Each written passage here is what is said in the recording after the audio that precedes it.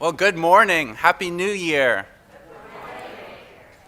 It's great to see many of you for the first time in a few weeks, whether you joined us at our wonderful Christmas Eve services or whether you braved the airports and the airlines en route to visiting family. Welcome to the community of the First Parish in Lincoln this morning as we gather together. In the spirit of a new year, our worship theme for the month of January is the growing edge. The growing edge. We take that phrase from the civil rights theologian Howard Thurman. Howard Thurman writes that the growing edge is the extra breath from the exhausted lung, the one more thing to try when all else has failed. The growing edge offers a comfort, but also a challenge to us, I think, as we seek to grow in our sense of community, our pursuit of justice and environmental stewardship, and in our spiritual connections in 2023. Today is Epiphany Sunday, friends, which means that we'll hear the story of the Magi, those fascinating scholars and astronomers from the East who followed a star that led them to the newborn Jesus. And through our song and our storytelling and through poems read by different voices in our community, we will reflect on what Epiphany means to us today. A special welcome if you might be visiting with us this morning. We hope you'll join us for coffee and treats in the Stearns Room immediately after worship. And a big hello to our virtual church community. If you see a camera nearby, let's wave to all those who are with us on Altar Live this morning. If you're with us in the sanctuary, we thank you for continuing to wear your mask, and a note of gratitude for the beautiful flowers below the pulpit. Friends, First Parish is a congregation rooted in history, living out both the congregational and the Unitarian traditions, but more than that, we are a group of seekers. We are hungry for the new light that is ready to break forth here and now today, which means that no matter who you are, no matter where you happen to be on your journey, whether you're younger or older, whether you're richer or poorer, whether you're gay or straight, you belong here. And we're so glad that you have joined us. I would invite you now to rise as you're willing and able as we deepen into worship through our opening words.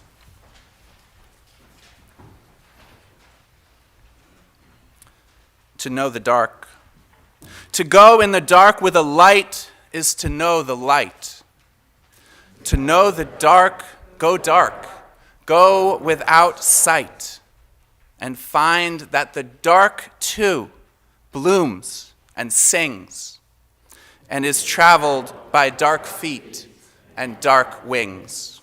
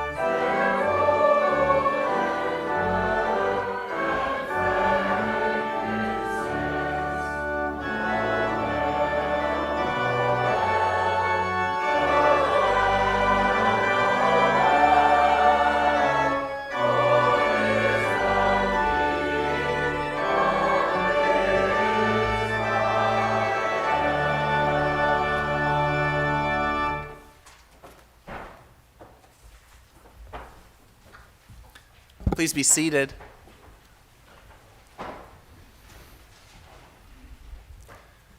And join me now as together we adopt an attitude of prayer.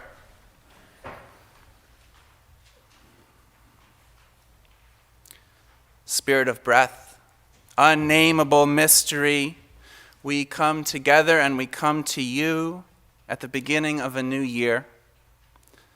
We are by turns energized and exhausted, healthy and sick, restless, and just where we need to be. Look well to the growing edge, one of your prophets spoke to us. The growing edge, that basis of hope in moments of despair, that incentive to carry on when times feel out of joint. So this season of Epiphany, grow with us, we ask. Guide us on new paths of discovery. Help us to take the right risks when the time comes. And most of all, be here, be now, as we seek your presence this hour. Amen.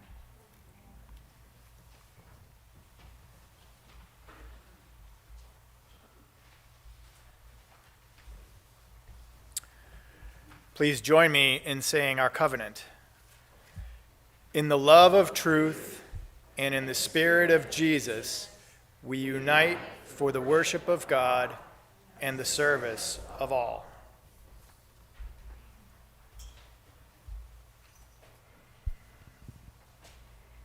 Good morning.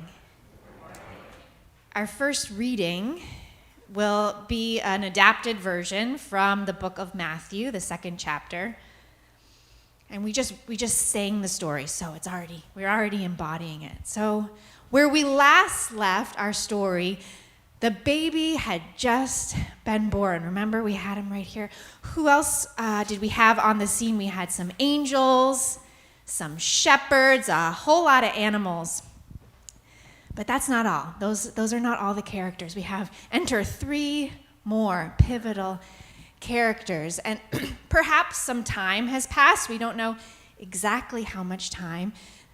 Jesus is still an infant for sure, still in his mother's arms. But word starts to spread of what is happening, and that star goes on shining. 3 men, wise ones, magi, by some accounts, which may have been a priestly caste, important people, scholars, perhaps, astrologers, maybe, kings even, tradition at some point starts to call them, and maybe they were. They were certainly interested in kingship, in power, and in maybe a different kind of power. They saw the star shining, and so they made their way to Jerusalem, which was an important place, the capital. And they started, maybe because they were wise, but perhaps also a little socially awkward, or maybe not, super politically savvy. They started just blurting out, "We've seen a star, and it's shining, and we're following it, and we hear that it is signaling the birth of a new king of the Jews." And they were in Jerusalem, where someone else went by the name King of the Jews. His name was Herod. And he didn't like this. In fact, he was terrified. Not that he would let on that he was terrified. Instead, he did what a lot of us do when we're terrified. We gather our important people around us, all the professional religious guys, the scribes and the chief priests. And he said, "Now, wait, let's get this straight. Where was this Messiah supposed to be born?" "Oh, right. Okay, yeah, let's look. Do anybody have one of those books?" "Yeah, okay. Where was the Messiah supposed to be born?" And they remembered the old prophecy from the book of Micah. And they said, "Well, in Bethlehem of Judea," as that's what is written in the prophet, "there would be a Messiah, the one who will save us. He will come to Bethlehem to shepherd the people, even this place, not least this place."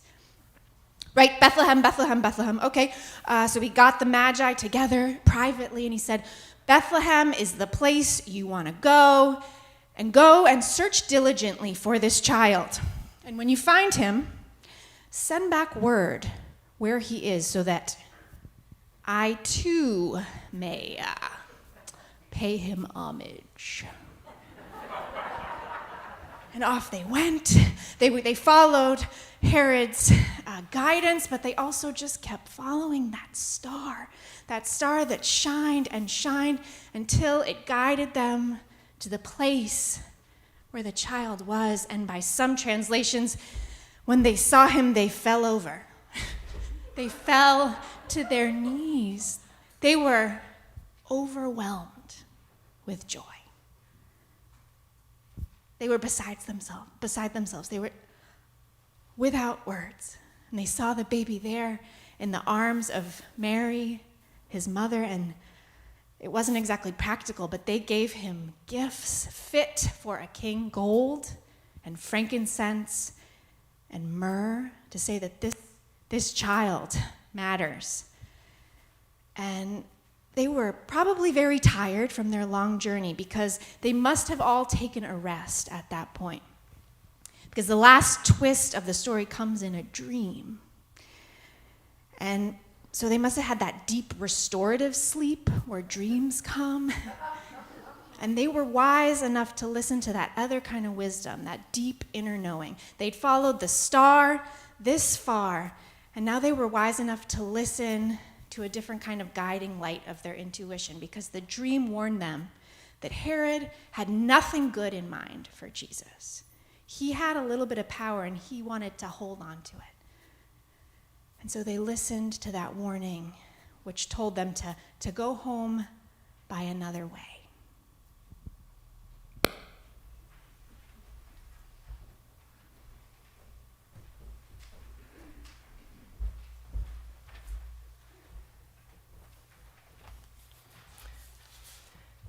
The stars. The stars, what are they? They are chunks of ice reflecting the sun. They are lights afloat on the waters beyond the transparent dome. They are nails nailed to the sky. They are holes in the great curtain between us and the sea of light. They are holes in the hard shell that protects us from the inferno beyond. They are the daughters of the sun. They are the messengers of the gods. They are shaped like wheels and are condensations of air with flames roaring through the spaces between the spokes. They sit in little chairs. They are strewn across the sky. They run errands for lovers. They are composed of atoms that fall through the void and entangle with one another. They portend death, war, famine, plague, good and bad harvests, the birth of kings. They regulate the prices of salt and fish. They are the seeds of all the creatures on earth. They are the flock of the moon, scattered across like sheep, across the sky like sheep in a meadow, and she leads them to pasture. They are spheres of crystal, and their movement creates a music in the sky. They are fixed, and we are moving. We are fixed, and they are moving.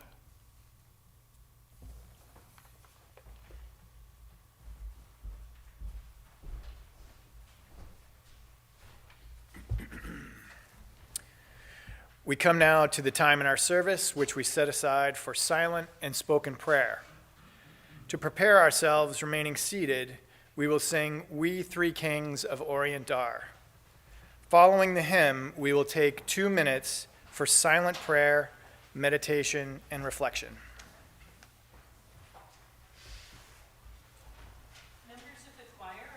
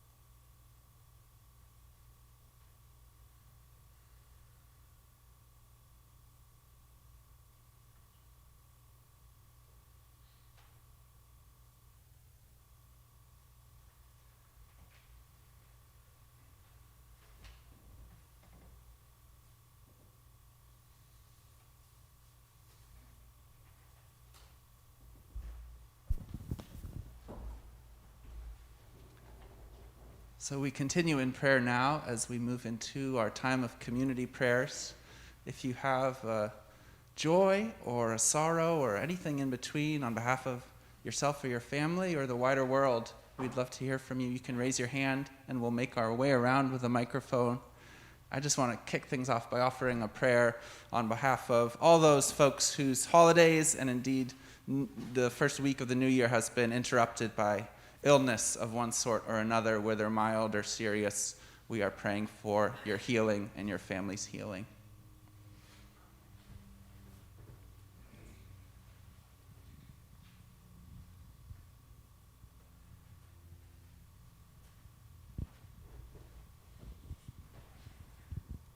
I would just like to express joy for the almost 1-year-old great-grandson of mine who lives in Los Angeles, so I can't see him, but he's having a wonderful weekend with his grandmother, grandfather, his mother and father, and his name is Oliver Edward Scott. Thank you.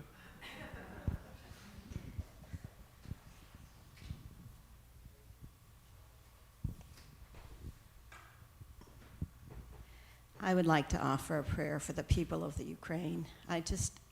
My heart goes out to them and imagining their daily lives, and to the soldiers who have been drafted on both sides and those in Ukraine who are fighting for such a precious thing. And my prayer also for all those suffering in the world. Amen.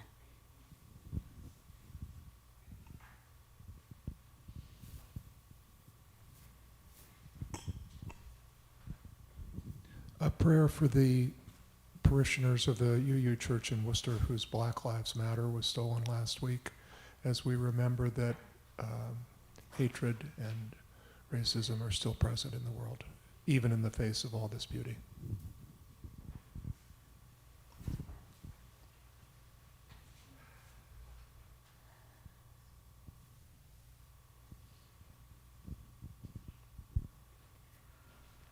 Two prayers. Joy for that full moon last night, which shined like that star in the east. And we continue to hold in loving healing prayers Barbara Sampson, who many of you know had a stroke right before Christmas Eve and is doing really, really well. And we're so, so grateful for her recovery, but for Barbara and Chris as they continue to live into this recovery period.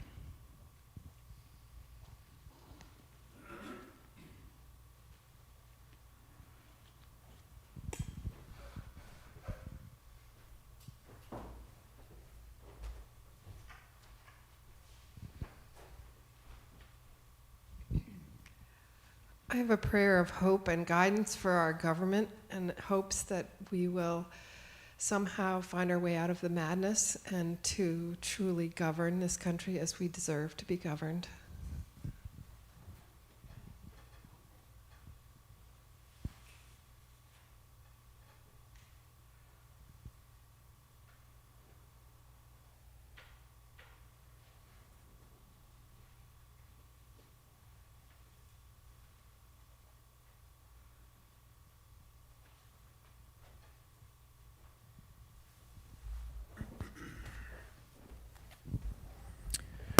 Let us continue in prayer.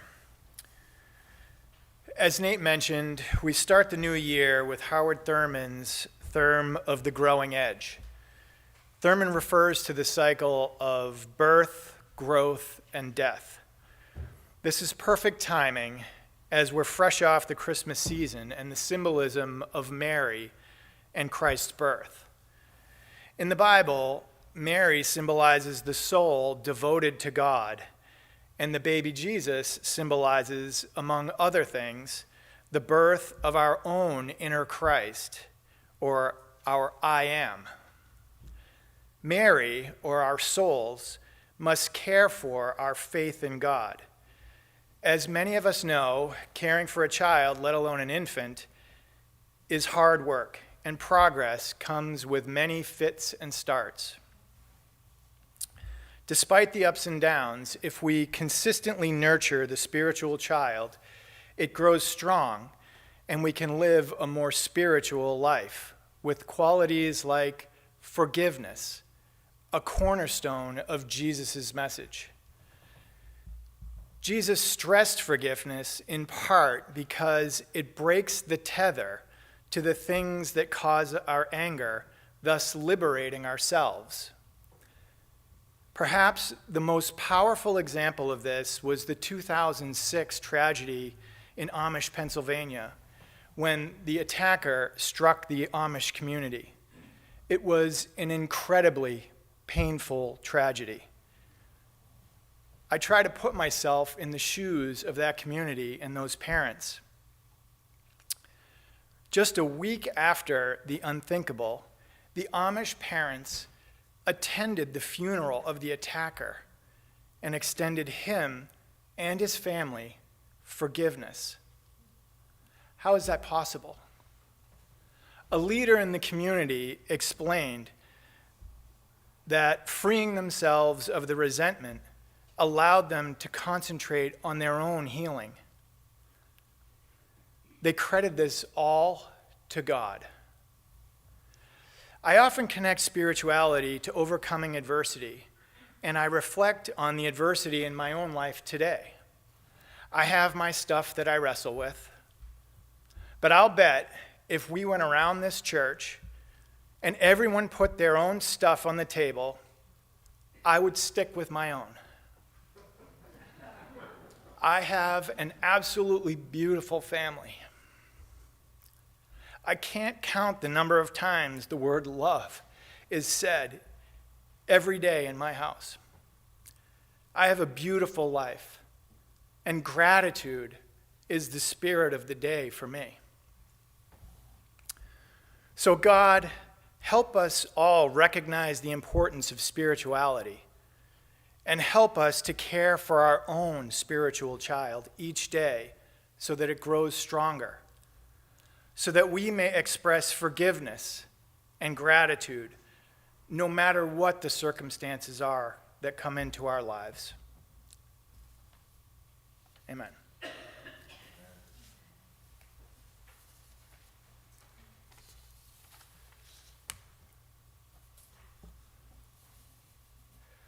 Please join, if you wish, in saying the unison prayer that appears in your order of service.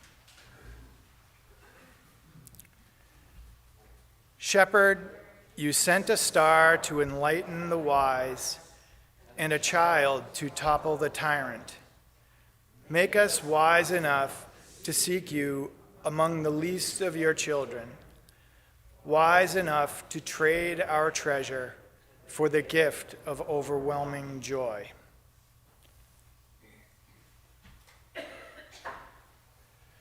Will the ushers please come forward to receive this morning's offering?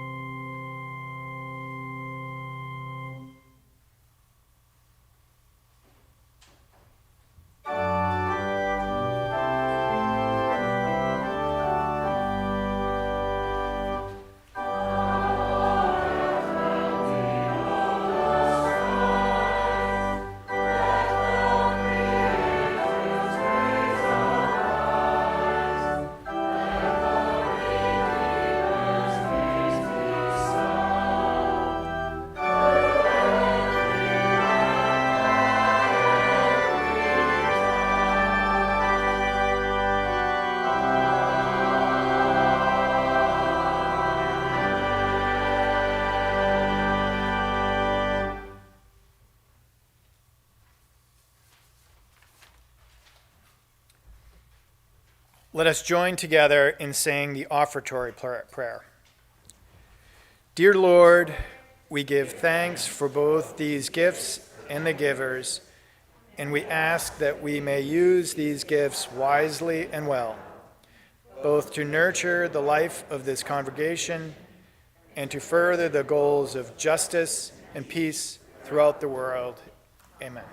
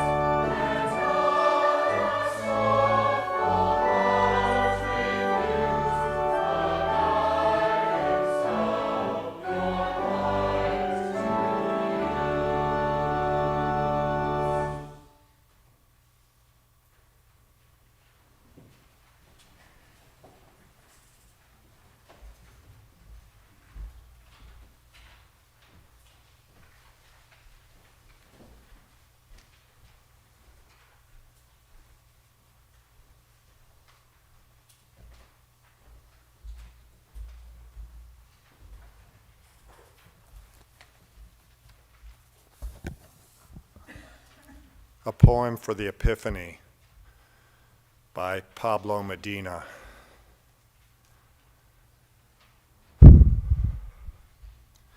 It snows because the door to heaven is open, because God is tired of working, and the day needs to be left alone. It snows because there is a widow hiding under her mother's bed, because the birds are resting their throats, and 3 wise men are offering gifts, because the clouds are singing, and trees have a right to exist, because the horses of the past are returning. They are gray and trot gently into the barn, never touching the ground. It snows because the wind wants to be water, because water wants to be powder, and powder wants to seduce the eye. Because once in his life, the philosopher has to admit to the poverty of thought. Because the rich man cannot buy snow, and the poor man has to wear it on his eyebrows. Because it makes the old dog think his life has just begun. He runs back and forth across the parking lot. He rolls in the snow. He laps it up. It snows because light and dark are making love in a field where old age has no meaning, where colors blur, silence covers sound, sleep covers sorrow. Everything is death. Everything is joy.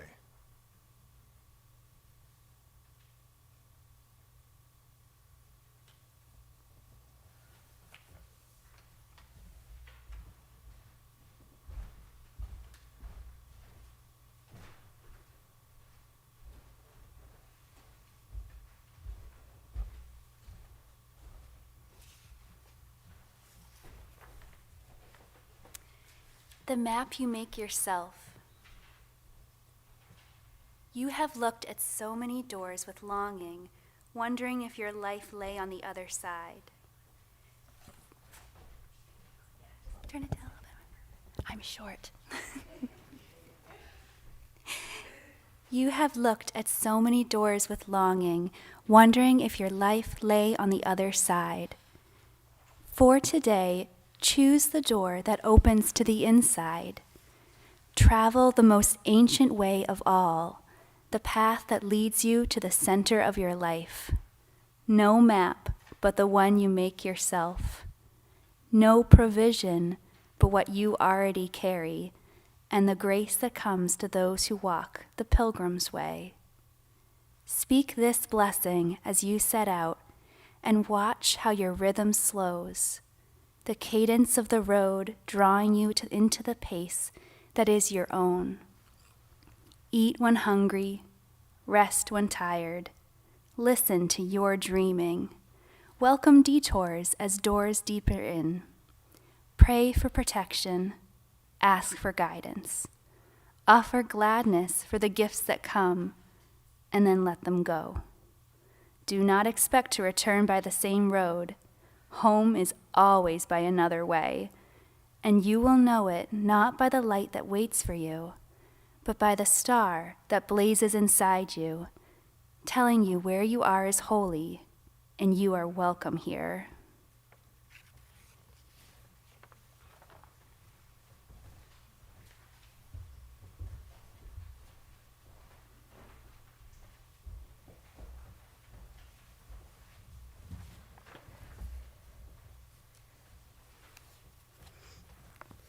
Amen. Good morning, church. It is good to be with you today. Most of this morning I've been behind the scenes running tech and thought I'd run out and share a reflection with you all this morning. So thank you for your patience. There was a full moon this morning as I opened the door of my apartment to greet the day. She was still hanging there in the sky, beckoning me out into my day. And I got in the car, and she was still there right in front of me as I got on 95, and I followed her the whole way down from Salem to Lincoln. And I pulled over my car, and I parked, and I got out of my car, and I started to take a few steps across the street toward the sanctuary, and there she was, hanging above the Stearns room as I was walking into the sanctuary, leading me, guiding me home, to community, to be with you all and to see where the holy, where the sacred, where the divine is showing up amongst us today. I used to pray to the moon when I was a little girl. There was something instinctual about it for me. I remember seeing her and all of her different phases and all the different changes that she went through, and I would always look for her in the sky before I would go to bed and say a few words. Thanks for my day. Thanks for how my family came together and did this fun thing or that activity. Thanks for everything that I have. Thanks for her guiding me. There was something about her that called to me and made me feel seen, made me feel connected to that great mysterious spirit that is beyond naming.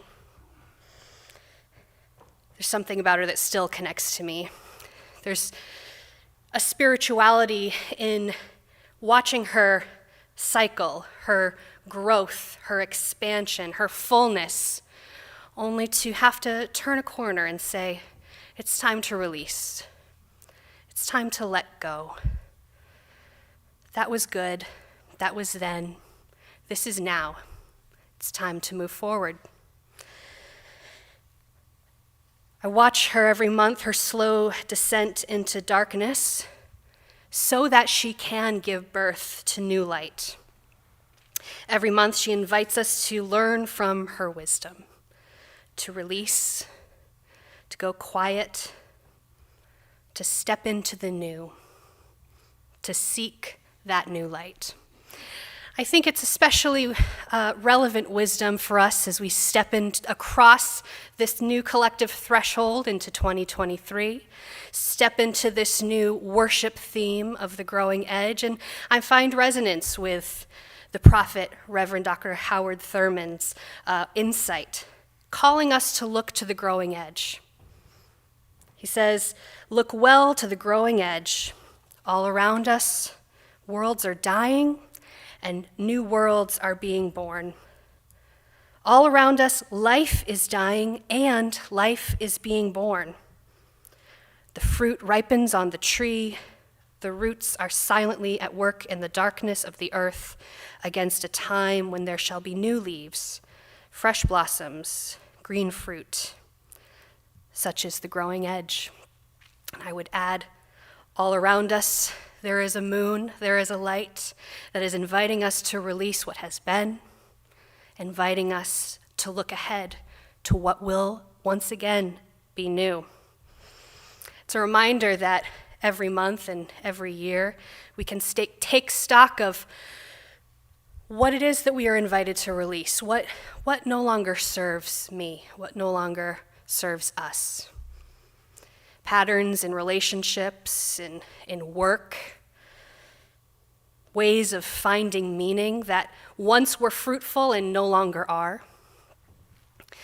But not only that, it's an invitation to look at what has served me or served us, but actually turned out to be at the expense of others.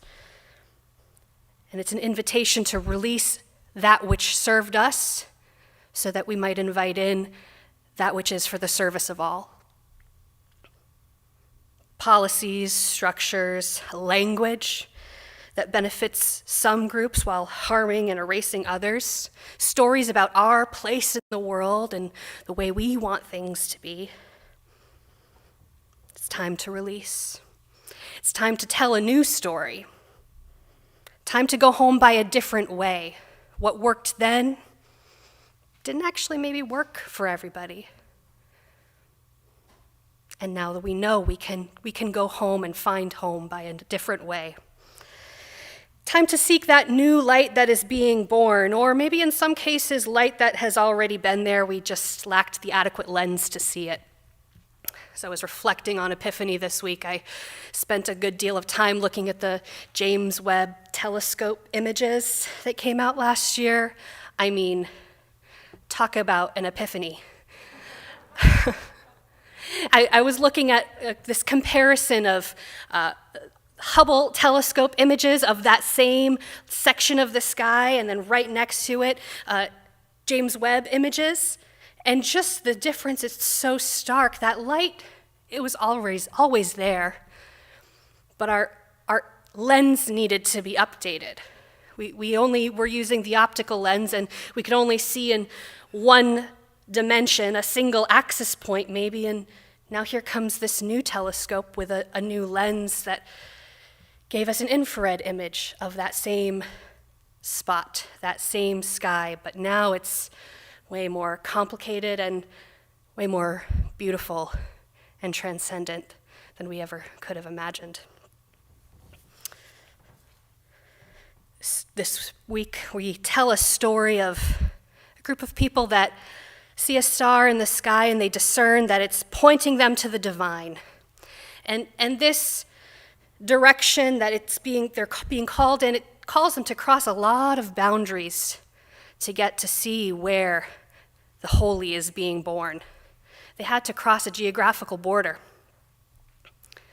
They had to cross cultural and religious divides, but they were willing to go. And because they were willing to go, seek, journey, find that new light, or perhaps renewed light,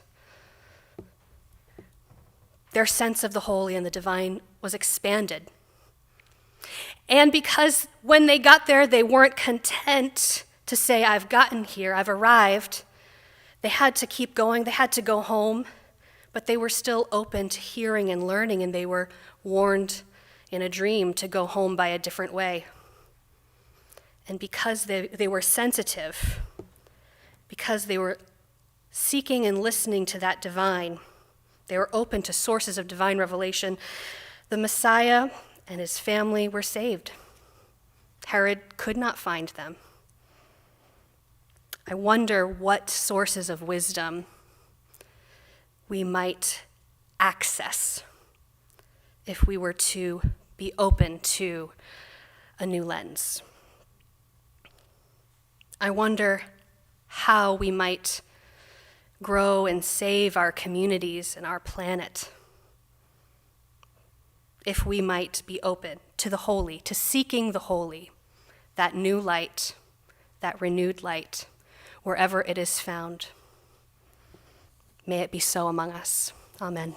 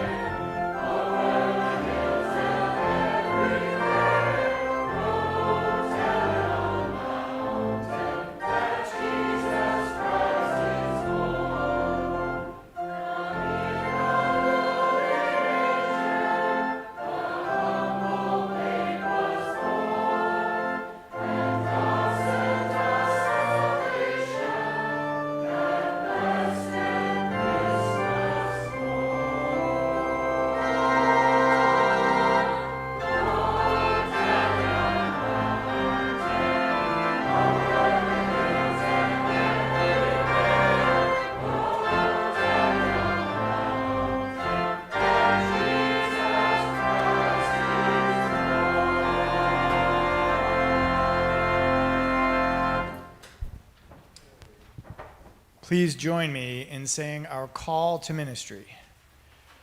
We go forth from the worship of God to be faithful to the vision of Jesus, to affirm each person's dignity, and to cherish the living earth. I want to thank Rob for helping to lead our worship today, and Sarah for being both our preacher and our sound tech behind the scenes. She's going to come out in 1 minute and deliver our benediction. First, I just wanted to draw your attention to all the amazing events that we have coming up in our week. You can find those at the back of your bulletin, and send out a special invitation to stick around for our second hour program. We're kicking off a new second and fourth Sundays. We're calling it The Forum. We're going to have a second hour of some sort of discussion and education. We're really excited about this one in particular. It's called Language Matters, and it's a chance for us to talk about a few terms that have sort of been around in our cultural discourse. Today we're going to talk about identity politics and intersectionality, and Sarah and I are going to lead this. We're going to do a little teaching, but it's also going to be a chance for us to share what is exciting, what is confusing, what is inspiring to us as we step into the new year. So please join us if you're able. That's at 11:30 right in the Stearns room. And now, with the holy as our guide, let us go in search of that new and renewing light which sets us free. Hope lives and moves among us, calling us to look to what Spirit is bringing forth. May it be so among us. Amen.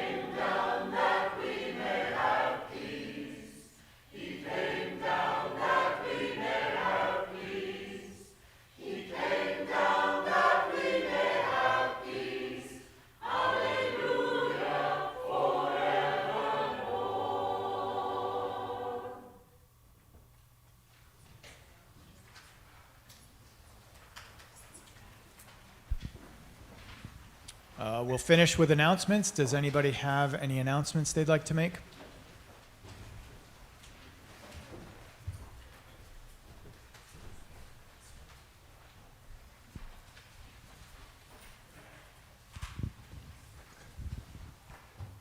Excuse me. Good morning, all. Doug Crosby here with just an outreach update. Just wanted to say that this congregation has done such wonderful work over the holidays. For Thanksgiving, your offerings totaled $5,548, which is great. The first delivery was made last Tuesday for the St. Vincent de Paul Food Pantry, filled with wonderful nourishment from Costco. And that is the first of 3 really large, huge deliveries. So congratulations and thank you to everybody for that. And playing it forward with the help of with divine help. Costco understands what we're trying to do, and they have surplus foods as well. And so we've actually added to what we had. So it's really turning into something else. We're playing it forward, and we really hope that this is going to be an ongoing thing that we can be doing for the food pantry. Secondly, for Christmas, as you may remember, Watch in Waltham, which is really helping people that are homeless or lacking heat and are falling through the cracks, need help. We exceeded what we did in Thanksgiving, and it was over $7,000, just under $8,000 that, again, this congregation raised for that particular effort. So far beyond our expectations. Again, thank you all. And so, having said all that, now we're going to ask you for a big favor. we're going to take a little bit of a break, but we've started our work thinking about what we're going to do for our third special collection, which is in Easter. So we have an incredibly engaged congregation, and we'd like your insights, your thoughts, and your help.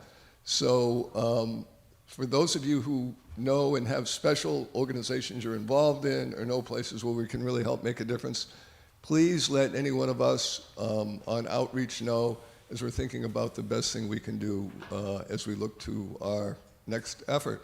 And I'll just ask those in outreach to stand up for a quick second, so any one of us just say hi, and we all thank you and look forward to working with you all.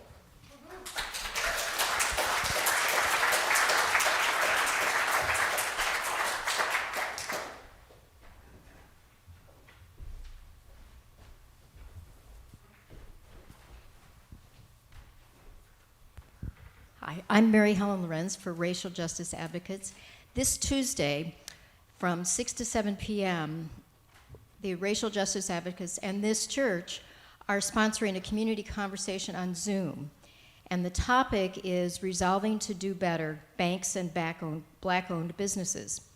The speaker is Mark Watson, who supports a charitable loan fund supporting farmers, Black and Indigenous farmers. The event is hosted by the UU Urban Ministry as part of their monthly conversations on race and equity. And this month, we're sponsoring the conversation. We're excited to continue this church's history of supporting the urban ministry in many ways over many years. Please be online promptly at 6 p.m. to hear our ministers, Kit and Nate, do the introduction of the program and introducing themselves and First Parish to the larger audience. There'll be a chance for questions at the end. The Zoom link is in the Parish News. And again, we hope that many of you will come and continue our support of the urban ministry and learning more about these topics. Thank you. Barbara Slater for the Racial Justice Advocates. You are all invited to a watch party in the Stearns Room this Friday at 12:30 to watch the unveiling of the Embrace, the amazing new sculpture that is going up on the Boston Common. Perhaps you've heard about it from hearing Jim Braude and Marge Reagan talk about it. Perhaps you've heard about it on the Callie Crossley show. But in any case, it's a very important addition to Boston, and it represents something new for Boston. Its emphasis on diversity and inclusion, something we're all concerned about. Come, we'll have coffee, tea, I don't know, pastries, other things. Come and join us. We'll watch. It'll be live streamed, and we'll talk about it. Thanks.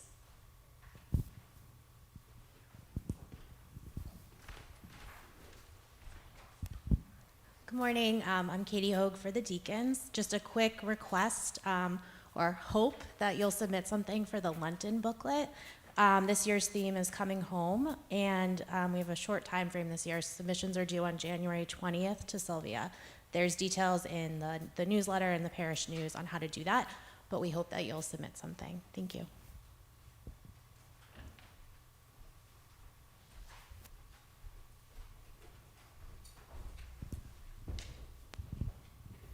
Sponsored by and with the Care Committee, we're going to have a book club for 3 Monday afternoons this winter, and we're calling it the Big Questions Book Club, around topics of human resilience, loss, grief, complexity. The first one will be January 23rd in the afternoon, and we'll be reading a really fabulous book called Lost and Found by New Yorker writer Catherine Schultz, so hope to see you there. And there will be a third in March as well on Aging with Wisdom. So looking forward to that. Any other announcements in the life of the community? Got a lot to look forward in 2023. Let us go in peace.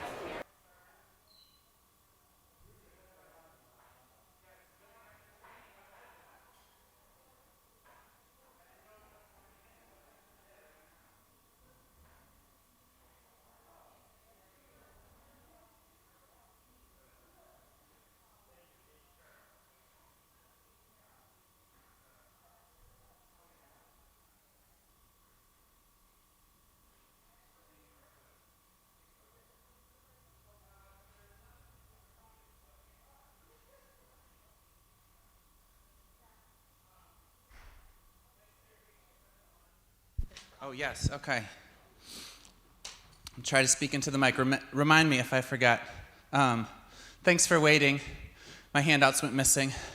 So it's a good thing Edwin and I have been participating in a running club. I dashed up the hill. Now we have the handout. It has a few of my notes on it, but just ignore those. So we'll start and we'll see how far we get. And I know some people have to leave, and that's totally fine. This is a two-part series that Sarah and I dreamed up, really inspired by lots of conversations and meetings that the racial justice advocates have been holding this past fall.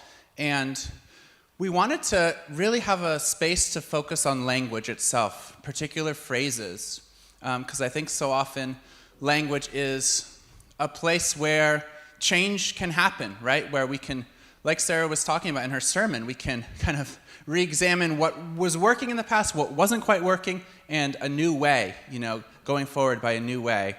And it's my hope that this time together, both today and then on the 22nd, is a space for us to do some learning, but also do some sharing, and really feel like we are empowered to be honest about what might feel confusing, what might feel exciting as we look at these terms.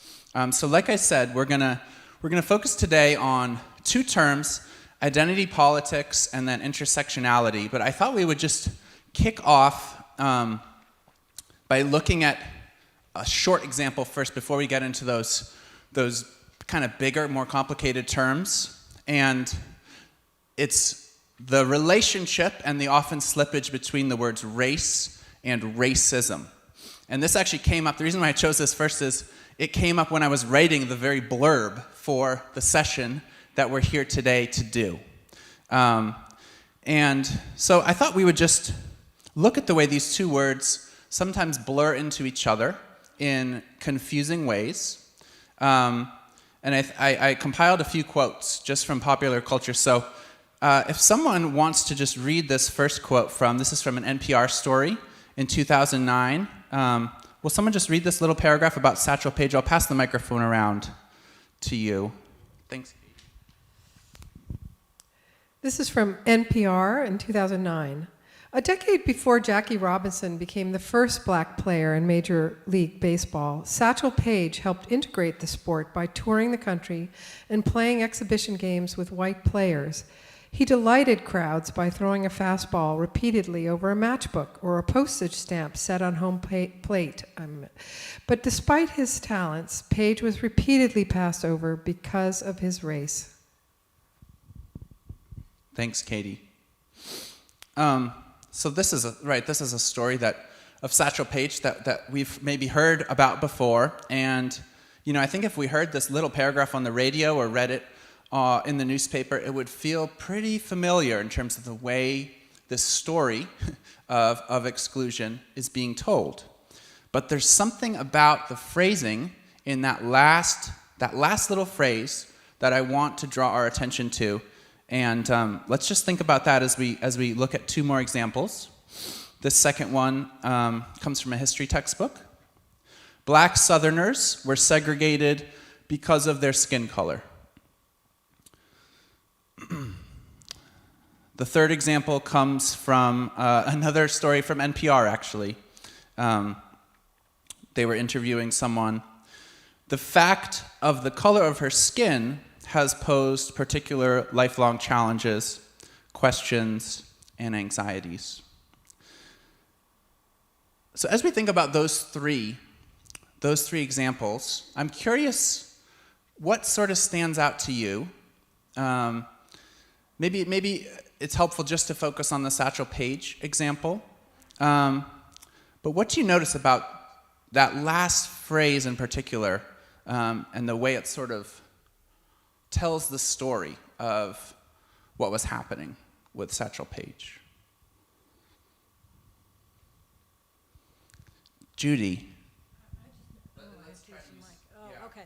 I mean, I just noticed that I understand what it means, but I'm worried that it's wrong or it's right, and I don't know which. Yes. Right. And that's a great thing to say. Yeah, yeah. Can you say a little more about what Well- you're noticing there, or what worries you? Well, I guess the word race and the word black are being used interchangeably a little bit there, but I know what they mean. Black is a race, black is a skin color. But I don't know what I'm supposed to be, if I'm supposed to be upset by that or not upset by that, and there's been a lot of changes in my life over that. Great, thank you. Yeah, Jackie, and then Sarah, your hand up was up to you. I'm sort of struck by the term because, and so if he's being excluded because of something, that's the reason he's excluded. And it's really racism is the reason he's excluded more than the color of his skin. The color of his skin isn't what is the problem, it's the racism. Thanks, Jackie. Absolutely. What I notice is that race is a proxy for black race. It's just like we're supposed to understand that race means black. Like, because the white players don't have a race, they're white players. But he has a race. That's great. And one more comment here from, did you have your hand up, Sue? I did. Yeah. I also need to say, I couldn't hear everybody, so really speak up. I'm hard of hearing, so that's a big part of it. And I don't know if one of you already said this, but black is not a race. So these are all great things to notice, and I just want to lift up Judy's comment first, which is that, this whole conversation, right, might make us feel nervous in some ways. Are we doing things in the right way? Are we doing things in the wrong way? And like I said, I hope this is a space where we can just sort of step into that discomfort a little bit without feeling like, we're being judged. We're judging each other. So Jackie, you lifted up something that I think is really important to pick out here. And this is sort of the chief example of what this book Racecraft talks about in a really interesting way that I learned a lot from. The authors, Barbara and Karen Fields, invented this term racecraft, and they were pointing to examples just like this in this paragraph about Satchel Paige, where what is really happening is racism, white supremacy, is doing the excluding, right? That is what did not allow Satchel Paige to play in the professional baseball league, right? But what kind of it's a little almost like a verbal magic or something here. Somehow in the story we tell, and you can see it in both of these other two examples too, black Southerners were segregated because of their skin color. Well, that's not really the right way to say it, right? It's because of racism that black Southerners were excluded. How might we change that third example if we were trying to reframe that? What posed challenges, questions, and anxieties for this person? Racism. Not the color of her skin. Racism. And so I wanted to lift up this example. I hope it's sort of becoming clear now, and I encourage you to kind of look out for this. Again, the Field sisters, the authors of this book, Racecraft, they see this happening all across our culture, right? News stories, movies, this way in which we tend to replace what should be racism, we should be calling racism, with race itself. And why do we do this? I don't know. Yeah, a thought. There's a shift here from something that's external that you can see. A shift from something external that you can see to something that's internal in the mind, that's an attitude. So to appreciate the attitude, a person would have to be or have some measure of psychological mindedness, reflexivity. And a lot of people just do not have that through no fault of their own, the way they were raised.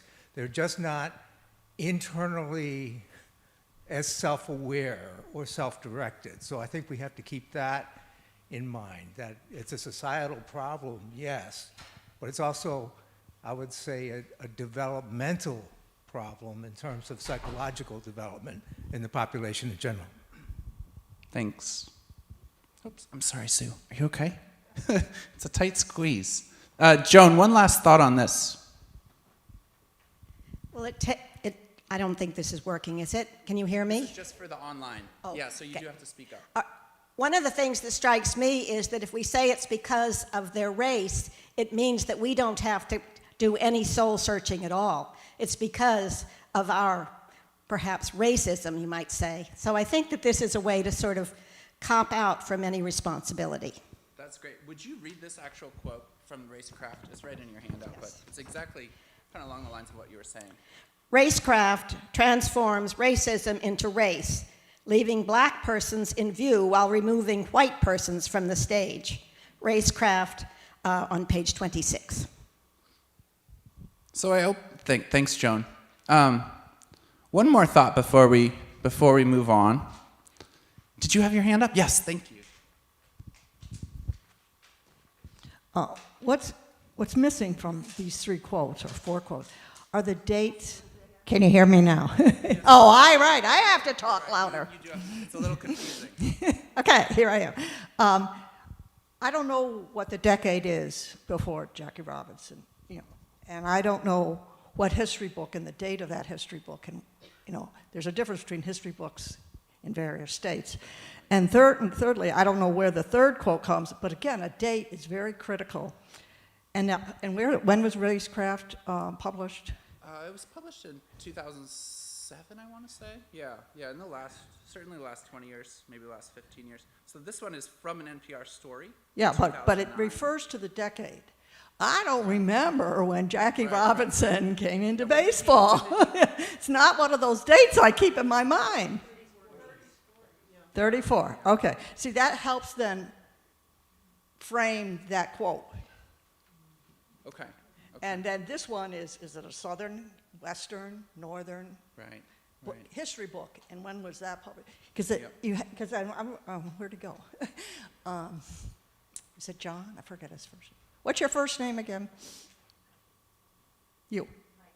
Mike. See, I knew I had it wrong. No, I'm building on in more detail exactly what he was saying. Yeah. Oh, this is mine. Bye. Yeah, and I really appreciate that. Always being aware of kind of when the original quote comes from, the context. Yes.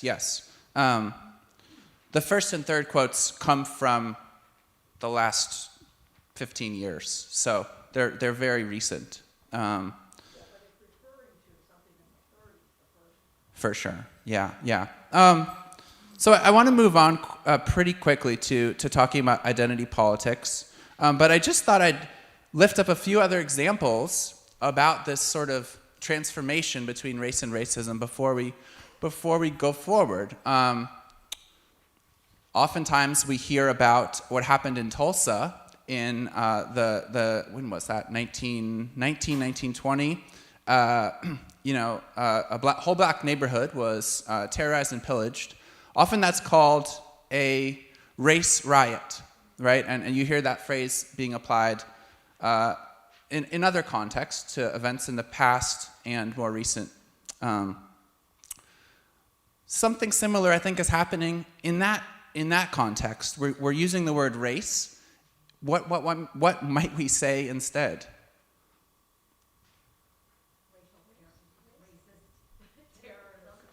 Racist terrorism certainly sounds appropriate.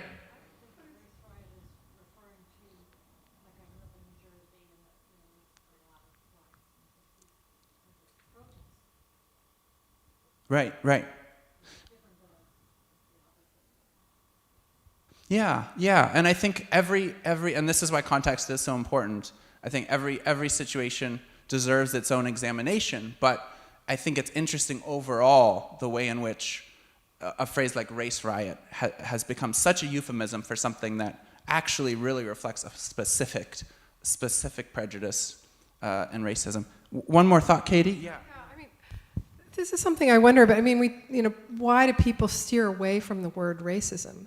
because it's a label, right? And it's hard to hear, right? So, and I, it's something I don't like about a lot of the language that we use to blame people for particular behaviors. But I've often wondered if people would be more receptive to it if you said, despite his talents, the baseball community, we as a baseball community were unable to accept him as a human being in this, or something like this, where you accept responsibility without somebody just sort of coming up and saying, you're a real jerk, you're a racist. I mean, which I think turns people away, because it's hard to hear, it's hard to accept, but can we use different language? Anyway, this. Any thoughts responding to Katie, and then, yeah, Mary and Mimsy.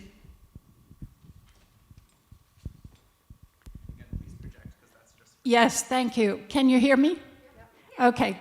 I want to follow up on what Katie said, because I've been thinking that if we're not careful, and I think we already do have a problem with the word racism, because it's a trigger word for many, many people. We have an understanding of racism, that it is wrong, that it is an arbitrary, ingrained, inherited attitude toward people whose skin color is different and whose origins are different. But I think it's important to keep unpacking that word, because otherwise, and I think that's what you were saying in part, otherwise we're just going to have another tug of war about words. And I'm just thinking out loud about ways to define racism. I mean, I believe that we have rampant racism, but I think that it's important to be able to say exactly what we mean by that. Thanks. Thanks, Mary. Thank you, Mary.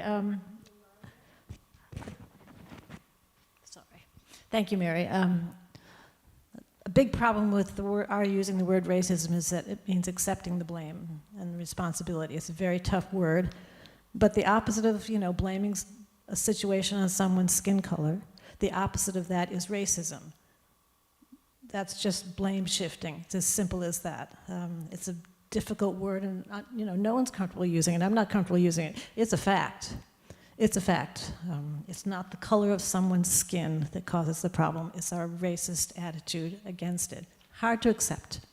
Too bad. Thanks, Mimsy.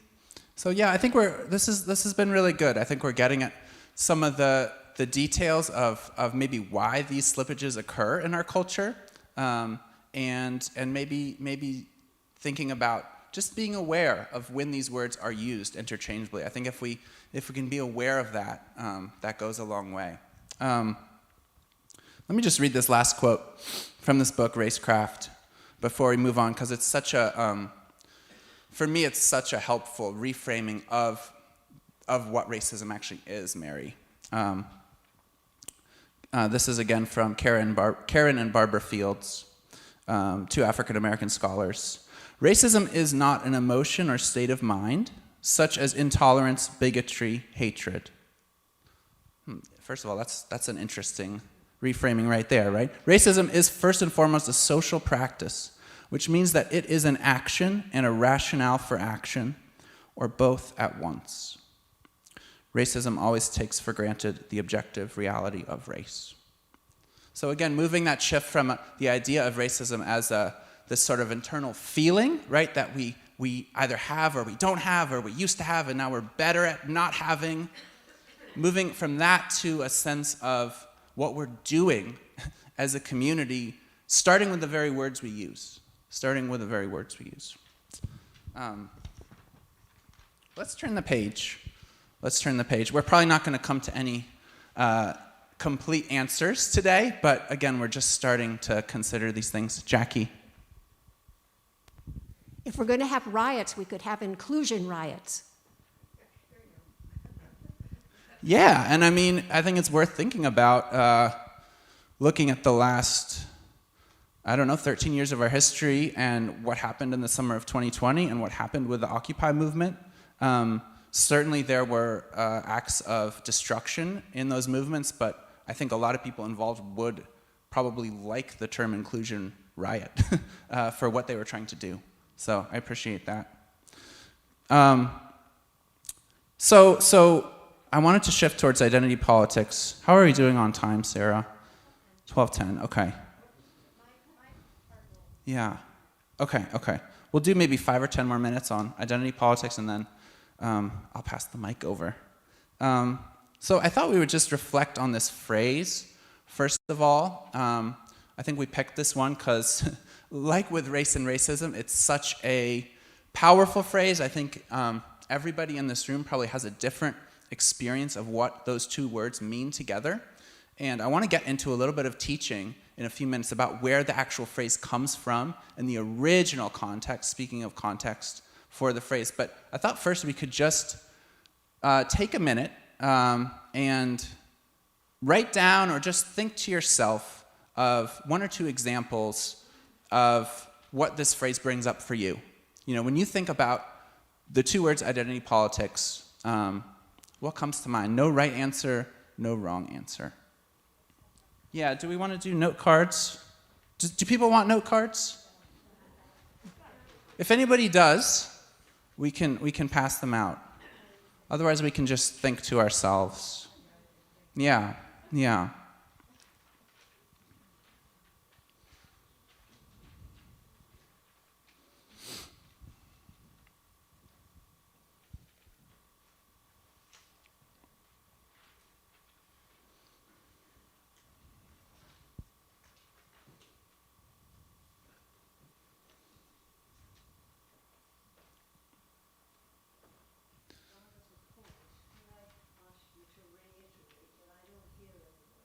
Yes. Okay. I'm so glad you said that. Can you hear me mostly or not? Okay. It's hard when you stand up and you have your paper and your mic, and so let's make sure we're doing our best to project. So again, no right answer, no wrong answer. I'm curious what comes to mind for folks when you hear this term, identity politics. Yes. I always experience confusion as to what people mean by it exactly. What are they including in that? And then I have a reflective thought that one of the big problems in our society in general is identity confusion. People's confusion about who they are as separate individuals and about who other people are as separate individuals. Thank you. So definitely some confusion about the term itself, which I share. I mean, I'd share that confusion, but I always, my back gets up a bit with identity politics because I feel like identity is more important than our collective sort of welfare, and that it tends to drive people away because it's sort of about me, and as opposed to about us.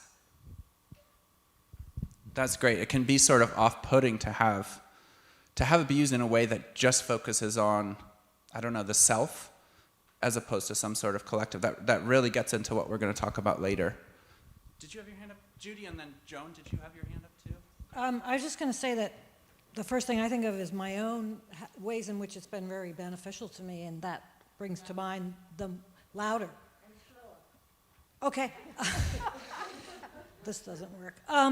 The women's movement comes to mind because personally it was very important to me and it was very positive, and I think it's been very positive for me to think about the different identities, even though those are me and they're not necessarily representative. Great. So for you, So I'm thinking of it as personally, not in a, And was that the original encounter for you with the term in the women's movement? Yeah. Okay. Yeah. Great.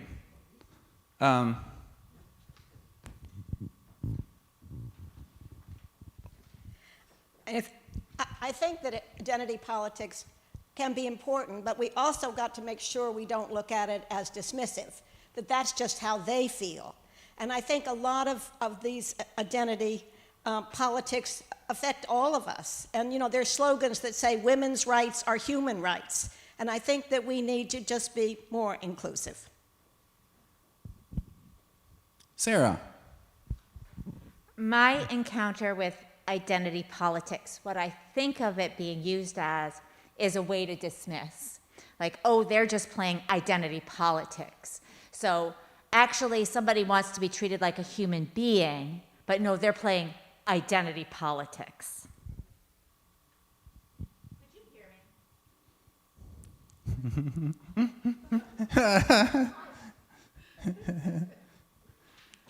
Other encounters with the term, Barbara and then Edwin. Well, I think identity politics cuts across many different categories. If, for instance, I lived in Kenya, and Luos, Kikuyu, Kamba, there were many ways in which people defined their identity. And then you could add to that women or other categories that you want. I think one of the things that's really difficult is that we have many identities that are important to us. And you might be a woman, but you might be a black or an Asian woman. You might be an academic, or you might be a politician. There are many ways to look at it. Thanks, Barbara.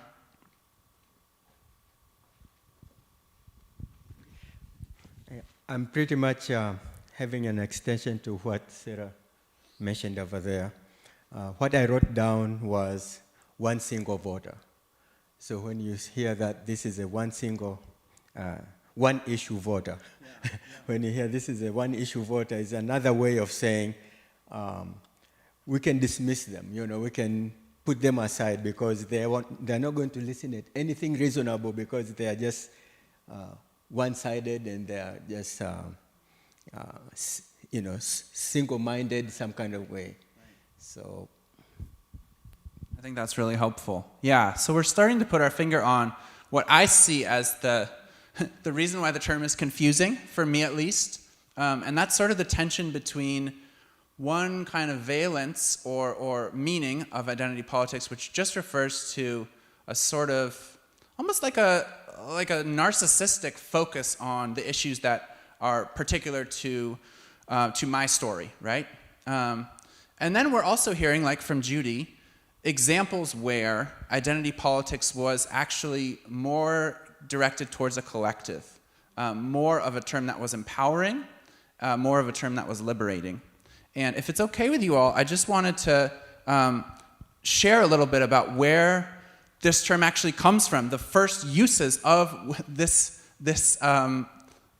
powerful and confusing two words together. So some of you might know, in the mid-'70s, there was a group right here in Boston that was formed called the Combahee River Collective.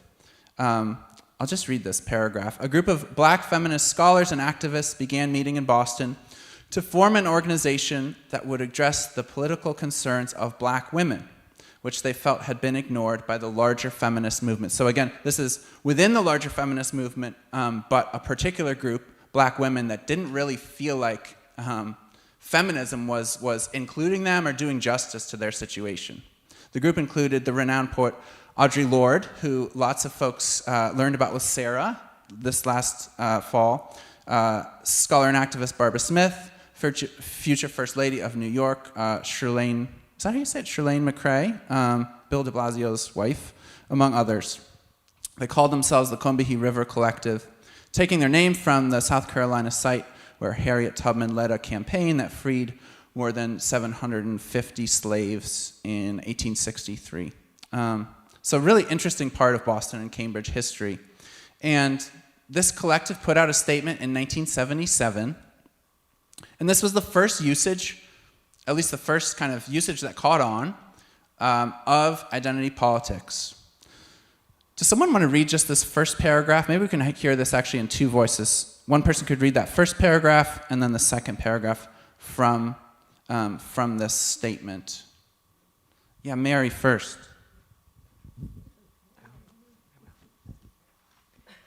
We realize that the only people who care enough about us to work consistently for our liberation are us.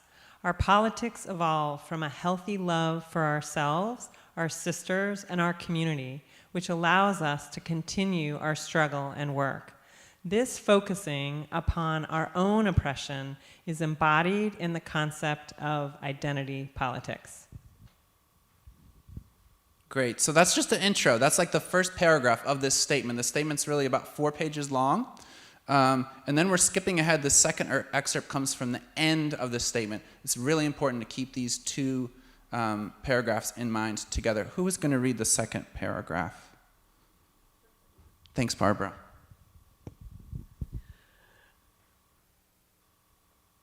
The major source of difficulty in our political work is that we are not just trying to fight oppression. I'm sorry, I'm having trouble with the, maybe someone else could read this. I'm having trouble getting the angle right. Yeah. The major source of difficulty in our political work is that we are not just trying to fight oppression on one front or even two, but instead to address a whole range of oppressions. We might use our position at the bottom, however, to make a clear leap into revolutionary action. If black women were free, it would mean that everyone else would have to be free, since our freedom would necessitate the destruction of all the systems of oppression. Awesome, thanks. So I'll just try to wrap up in 1 or 2 minutes here, but hopefully those 2 paragraphs together kind of illuminate the tension that we've already been naming, right? First, we hear that it is really a phrase that's rooted in the particular situation of black women. But then that last part is so important because, as they say, if we were free, if black women were free, it would mean that everyone else would have to be free. So I guess that's such an important aspect of identity politics for me. It is this vision that does not just pertain to one person, one group of people. It sort of implies, right? It implies power and liberation being spread across the society, and they come to that through their own particular experience. But it is very much a term, for example, that would apply to, I think, gay marriage, for example, right? You can clearly see that what happened with gay marriage in the 2010, that kind of shift towards a more welcoming place that we reached as a country, that would certainly be applauded by this vision of these black women. So that's sort of where I land on it. It's really helpful for me to remember this particular context, where it comes from, and when you hear it now in the world, right? Whether you hear it applied to, I don't know, the Proud Boys, right? And their own vision of sort of white manhood or something, or whether you hear it applied to, what's going on college campuses from the left. I don't know. Keep in mind where it comes from and that kind of inherent collective vision that really stands behind it. And I think that's a good lead-in. Do you want to talk about intersectionality now? Was there one more thought from someone? Yeah, Joan. I just think back about over my life from 1970 on. I think about, at that point, we thought we were on the edge of a revolution, right? I mean, the term black came in and was celebrated, not an accurate term, but a term that was felt to be very positive. And women's liberation was happening at the same time. And we felt that this was the turning page. This was the age of Aquarius. We were all going to get past this. It was finally being confronted. And I look over my lifetime and see where we've come with women's liberation. There's been enormous gains. I mean, the kids growing up now are in a totally different place, and yet we've sort of, hit the rocks on, feeling like we're all together in terms of black, white, whatever, black, white, brown. I mean, we are not even comfortable in talking about it. And it seems worse that we're all on eggshells about it now than it was in 1970 when we were just all naive and thought it was going to be in the past. Thanks, Joan. Yeah. Yeah. And that sort of like speaks to what we're trying to do with these forums. And nothing can be solved in an hour, but it's really helpful for me to hear where folks are coming from on these particular words and phrases. Sarah, thank you. Great, thanks, Nate, and thank you, everyone. I am fascinated by this conversation, and one of the things I was thinking about when I was preparing my thoughts this morning for my message was this conversation of identity politics and how so often we are limited to our own, and really by the nature of human existence, we're limited to our own social location and understanding things if we are only exposed to others that are from our own social location. And so we might be able to look at some component of the sky and see a certain amount of lights, but when we add another lens, something else becomes clear that we would not have seen otherwise. And I think that's where identity politics is coming from with these black women who are saying, you're talking about your experience as black men, you're talking about your experience as white women.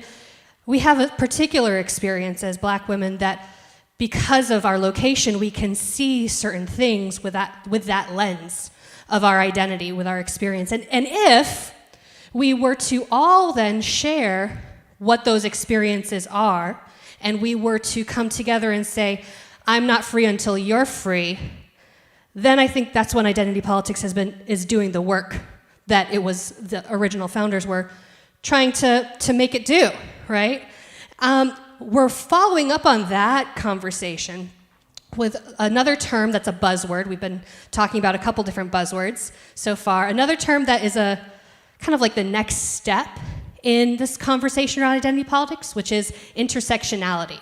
It's another buzzword that we oftentimes hear, and I wonder if we can get maybe 2 or 3 folks to say, what comes to mind when you hear the term intersectionality? It's a buzzword these days.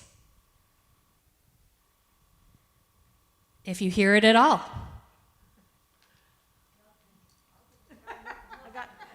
I got nothing here. We got nothing. Thanks, Barbara. Well, Audre Lorde was a good example, I think. She's a woman, she's black, and she's gay or lesbian. And she's a mother, and she's a whole lot of other things, and they all come together in this one person. And how is she going to choose to define herself, and along what axis is she going to choose to act? Thank you, Barbara. I think simply of an intersection, like we have over here at the library, where 5 different roads come together in one place. More on that in a minute. I think of overlapping identities that have been excluded. Overlapping identities that have been excluded. Thank you. Thank you all. That's a great jumping off point for us. I wanted to start with this quote by Audre Lorde. Those of you who got to be part of those conversations that we had in the fall know how much she is a prophet for me in my thinking and my theology. And I love this quote from her where she says, "There is no such thing as a single issue struggle because we do not live single issue lives." She is more than one thing, right? She contains multitudes, right? And as do we all, right? But in her particularity, because she was a black woman, lesbian, mother, and fat, and many other intersecting identities, there were particularities of her experience that were not shared by women who had other intersecting identities, right? So that's the basis, right? But where does the term actually come from? Where does it originate? Well, it comes from the genius mind of legal and critical race scholar Kimberly Crenshaw in an essay in 1989. So Kimberly Crenshaw is a legal scholar, went to Harvard, was a part of a group of legal scholars that were analyzing the ways that the law has been used to impact different racial groups. And that is the origins of critical race theory. It's a study of the law to say, hey, how does this law impact this group of people? How does this law impact this group of people? It's a legal analysis.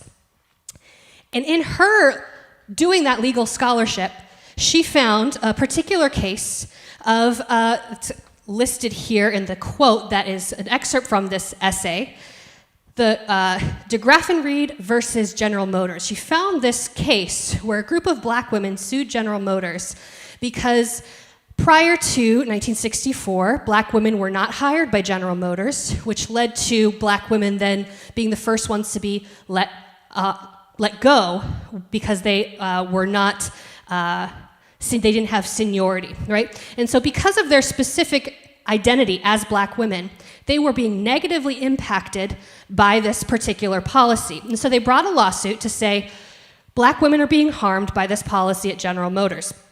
The law said, you can either call this a case of racist bias and discrimination, or you can call it a case of gender bias and sexist bias. Because there are white women employed there, it's not sexist. Because there are black men that are employed there, it's not racist. And therefore, you have no case, and they threw it out. And she found this happening again and again and again, that black women, because they were particularly located at that intersection of race and class, anti-discrimination law was only focused on a single axis of oppression. The law had no framework of understanding multiple axes of oppression.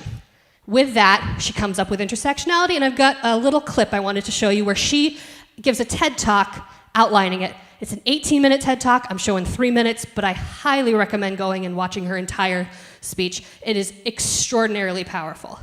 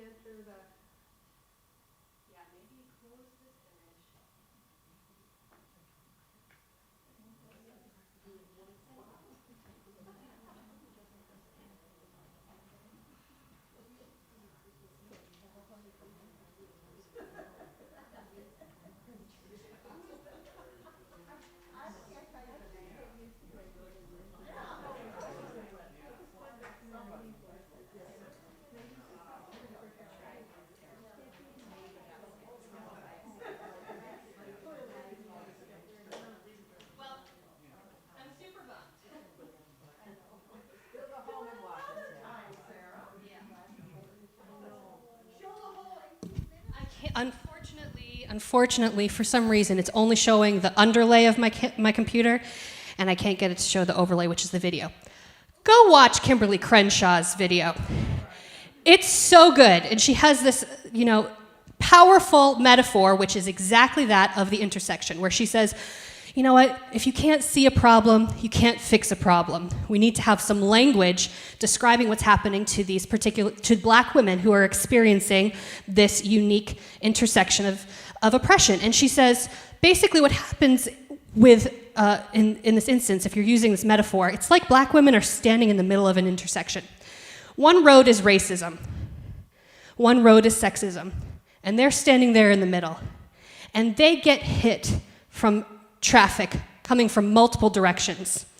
What happens with the law is that the law shows up and says, in the form of an ambulance, and says, before we can give you any treatment, you have to tell us, were you harmed by the car coming from racism, or were you harmed by the car coming from the sexism lane? And because the law is only looking at people's identities from this one access point and not the multiplicity of oppressions that compound one another, that means that these people are not being protected.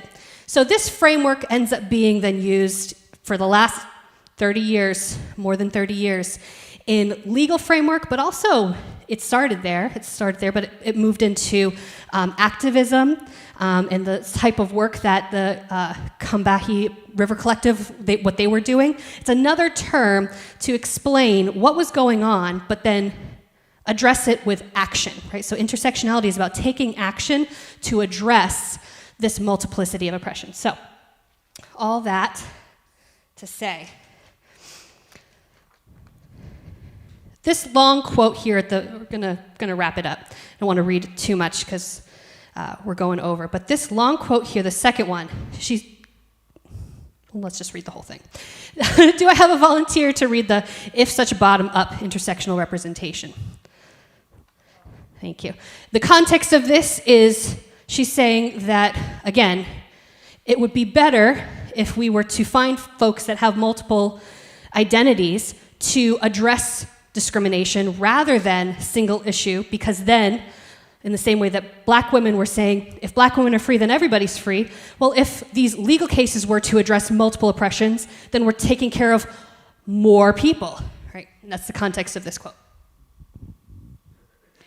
If such bottom-up intersectional representation were routinely permitted, employees might accept the possibility that there is more to gain by collectively challenging the hierarchy rather than by each discriminant individually seeking to protect her source of privilege within the hierarchy.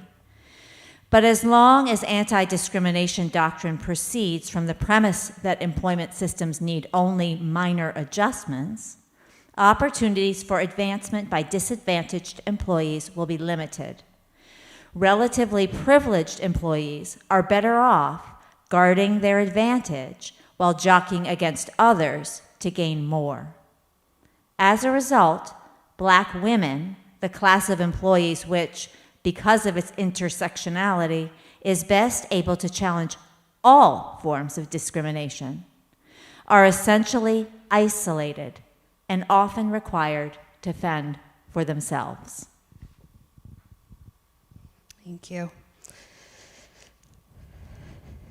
So with this understanding of intersectionality, intersectional approaches to anti-discrimination cases, but then also now intersectional feminism that says, I as a white woman cannot be free unless all women are free, unless black women are free, even if her chains are much different from my own, right? An intersectional theology that says, as a spiritual community, we can't really make meaning and build community together if we're not taking into account the social locations of everybody in our community, and if we are not addressing the tangible impacts those social locations have on them, right? There are multiple ways that intersectionality can be used, and I wonder if we could close out our conversation with this question. How might an intersectional justice lens impact the way we as a congregation live into our shared values of building community and pursuing social justice and human dignity and preserving the living earth? These values that we have thoughtfully discerned, collectively voted on and approved, and said, this is what it means to be a member of First Parish. What does an intersectional lens bring to us as we try and live into those values?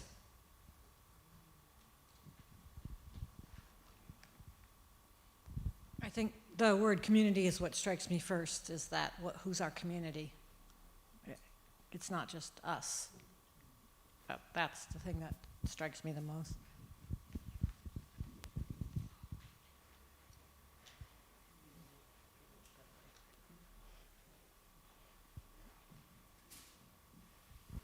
I think if we can learn to look at things that no one is free until we're all free, if we can look at it that way, we're not doing charity when we help others. We are trying to have a just community that brings us all together. I think inclusion is so important.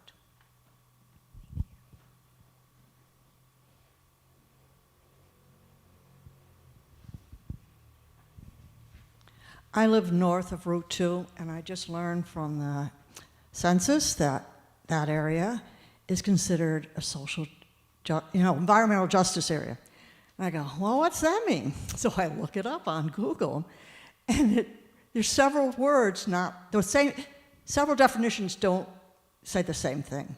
So talk about intersectionality. Good grief, my neighborhood. We have multi-million-dollar houses, and we have subsidized houses. We have a military base, and we've got more open space in our area between the park and the Cambridge Water Supply and Tanner's Brook, which is the second largest conservation area in town. I thought that's what they meant by environmental justice, and I couldn't understand why we got all this stuff. Well, it turns out environmental means a lot more on the census. So. Thank you, Jane. Well, maybe two things. I think of Heather McGee's work and the notion that we all benefit when we share fully and are inclusive. But I also think of Ruth Bader Ginsburg, who in her efforts to improve lives for women looked to cases that involved men and made the same argument for the male as she would have made for the female. And what do you know? She won on those. So it's also a matter, I think, of being smart and clever, maybe, in the way we go about being inclusive.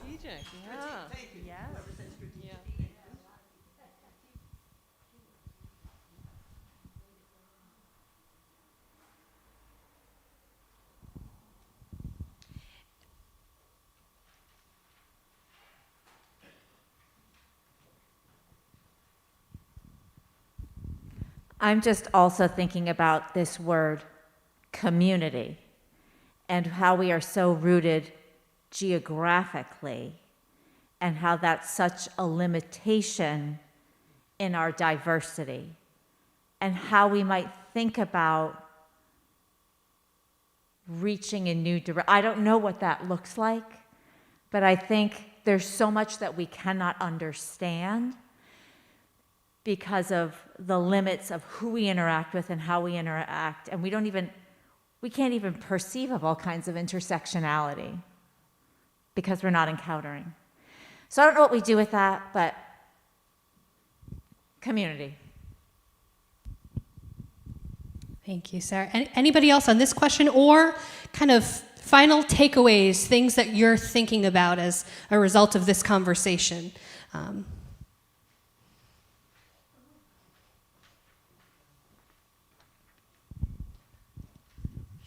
So I'm not claiming any authority on some of these discussions. I'm extremely naive. I'm learning a lot, and I appreciate what you guys are doing. But it just occurred to me that, I grew up in Tanzania and we speak Swahili. And we actually don't have a translation for the word racism. But we do have a translation for word prejudice. So I'm just thinking in terms of prejudice where it can happen in so many other angles, including racism and other things. So it's a good venue that it made me think on those terms. Yeah. Thank you, Edwin.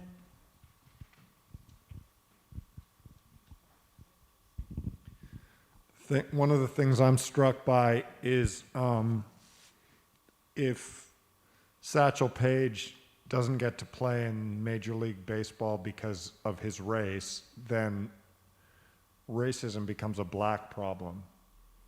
But the fact is, and whites are somehow invisible But the fact is, racism is a white problem because it's fundamental to a society where whites have privilege. And that's uncomfortable for me.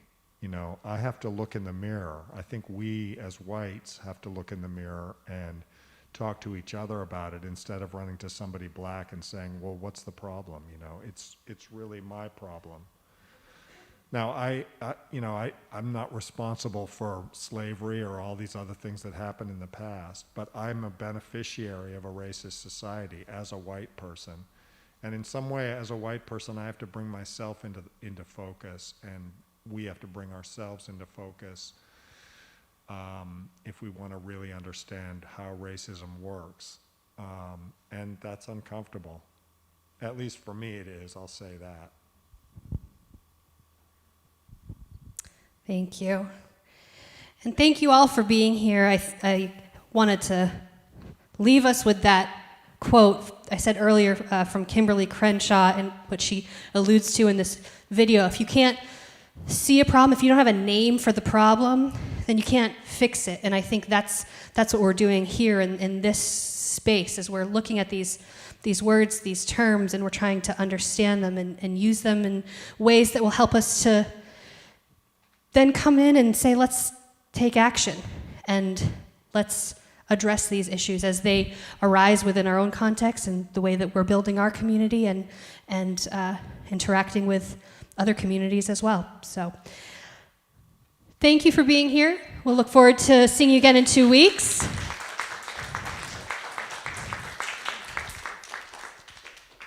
I was just going to say, if people have terms, other terms that we might consider talking about and reviewing for our second Language Matters Forum on the 22nd, we'd love to hear about it. So send us an email or speak to us. Thanks so much for sticking around.